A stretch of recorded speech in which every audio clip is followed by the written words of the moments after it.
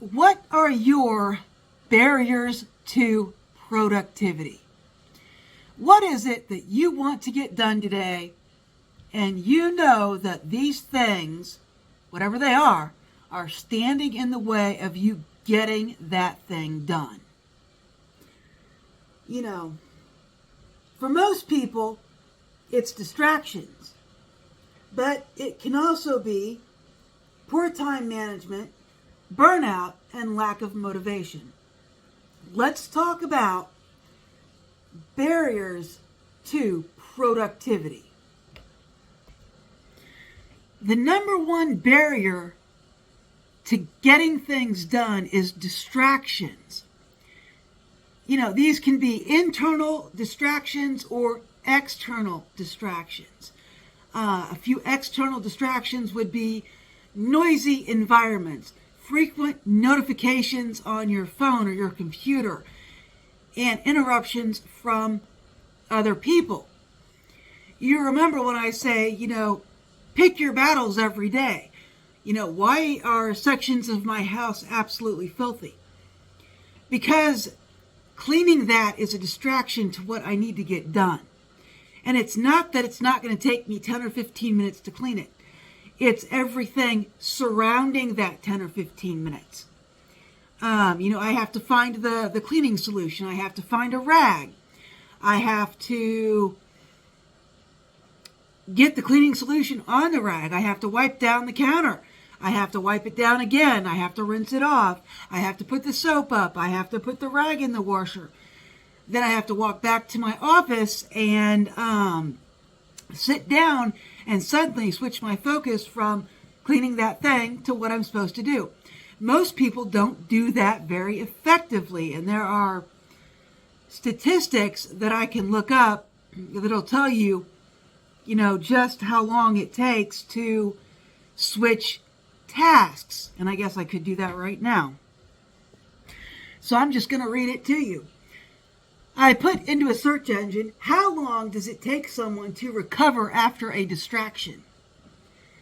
It can take an average of 23 minutes and 15 seconds to regain focus after a distraction.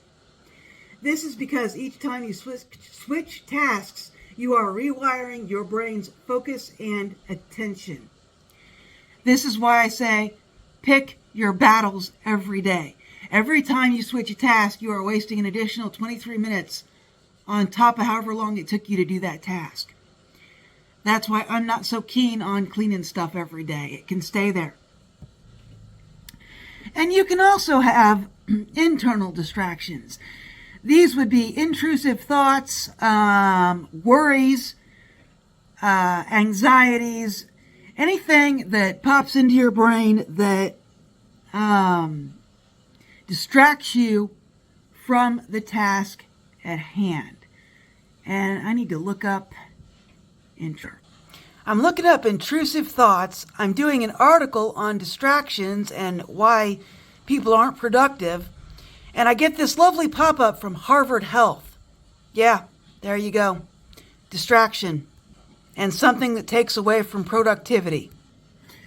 So identifying intrusive thoughts. And this is from Harvard Health edu. I'll put a link in the description. So how can you tell if you are experiencing intrusive thoughts? There are some signs to look for. The thought is unusual for you. An intrusive thought is usually very different from your typical thoughts. For example, it might be uncharacteristically violent. The thought is bothersome. If a thought is disturbing and it's something you want to push out of your mind, it might be an intrusive thought. The thought feels hard to control. Intrusive thoughts are often repetitive and won't go away. So, hyper-focused on something maybe? All right, so that's from Harvard Health and their definition of what an intrusive thought is. So, that's the number one barrier to productivity is distractions. Number two is procrastination. Delaying tasks, especially if they're challenging or daunting, is a frequent productivity killer. This often stems from a fear of failure, perfectionism, or simply feeling overwhelmed. Number 3, having a lack of clear goals. You don't know what you want to accomplish. Without defined goals, it's easy to work ineffectively or mismanage your priorities. When goals are unclear, you can't gauge your progress or even stay motivated. So, the first thing you need to ask yourself every morning is, what do you want to accomplish every day? For me, I want to get some book written. I want to maybe work on a paid article. Maybe I want to search for work. Maybe that's my goal for the day. All right, number 4, ineffective time management. Poor time management can mean spending too long on minor tasks. Remember that house cleaning I keep talking about? And not enough time on meaningful work. Multitasking or working without a plan can also lead to wasted time. Now, here's how multitasking does me in. So what I'll do, I'll be working on something on one screen, and I'll have metrics pulled up on the other screen. So what I'll do, I'll be typing away. Ooh, I wonder how I'm doing. Well, that's a distraction. And I have dual screen monitors actually to improve my productivity, because one side is writing and one side is research. But if the research side is on metrics, it becomes a distraction. Or, ineffective time management. It wastes my time to do it. So, you have to watch your time management. And I've tried various, ways to figure out how much time I'm spending on each task. Like, there are apps you can download that will let you track your time. And as helpful as those are, they also become a distraction and waste your time. But, okay, so number 5, perfectionism. I talk about this a lot from a writing perspective. Many people are, authors, especially authors, are hyper-focused on perfection. Cooks and bakers can be hyper-focused on perfection. And I do a lot of that in my cooking. I tell you, it doesn't have to be perfect. The meatball doesn't have to be perfectly round. It doesn't have to be perfectly spiced. If you're missing a grain of cayenne pepper, it's not going to matter. If you dump a jar of cayenne in what you're doing, it's going to matter. But, small fluctuations don't seem to matter for most spices. And for most things, it does not have to be perfect. I always say that your metric for anything should be good enough. Your metric for anything should be good enough. Striving for perfection can result in spending far more time on a task than is actually necessary. This mindset may lead to constant revisions and can prevent projects from reaching completion. This is why I say your metric should be good enough. And we can talk about this from, a perspective on my books. Do my books have typos in them? Yeah, I bet they do. Are they missing punctuation? They probably are. Could I have added more text to my books? Descriptions and things like that? Sure. Even though I take a minimalist approach to description, there could probably be more words, more thoughts, more descriptions. Of course, there always can be. It can always be better, but your metric should be good enough. And that metric will change over time. Today's good enough won't be the quality of tomorrow's good enough, because tomorrow will be better. That's why you should always strive for good enough. It's like, do your best today. Tomorrow's best will be better. The day after that will be better. You'll get progressively better, But if you keep striving for perfection, you're never done, so you're never going to grow. So if you want to be productive, don't be a perfectionist. Number 6, burnout and fatigue. And I can get burned out and fatigue. This is probably one of my big ones, is that I just burn out and I'm exhausted because I'm doing so much. But overworking without adequate rest affects both mental and physical productivity. Burnout can make even simple tasks seem monumental. And this is why I say, I work 24/7, but I try to take Friday, Saturday, and Sunday off. And here's the deal.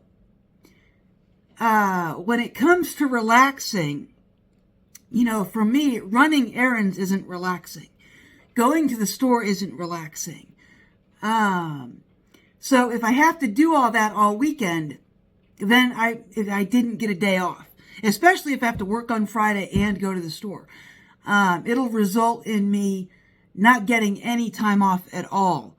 So I have to have my 3-day weekends, Friday, Saturday, and Sunday.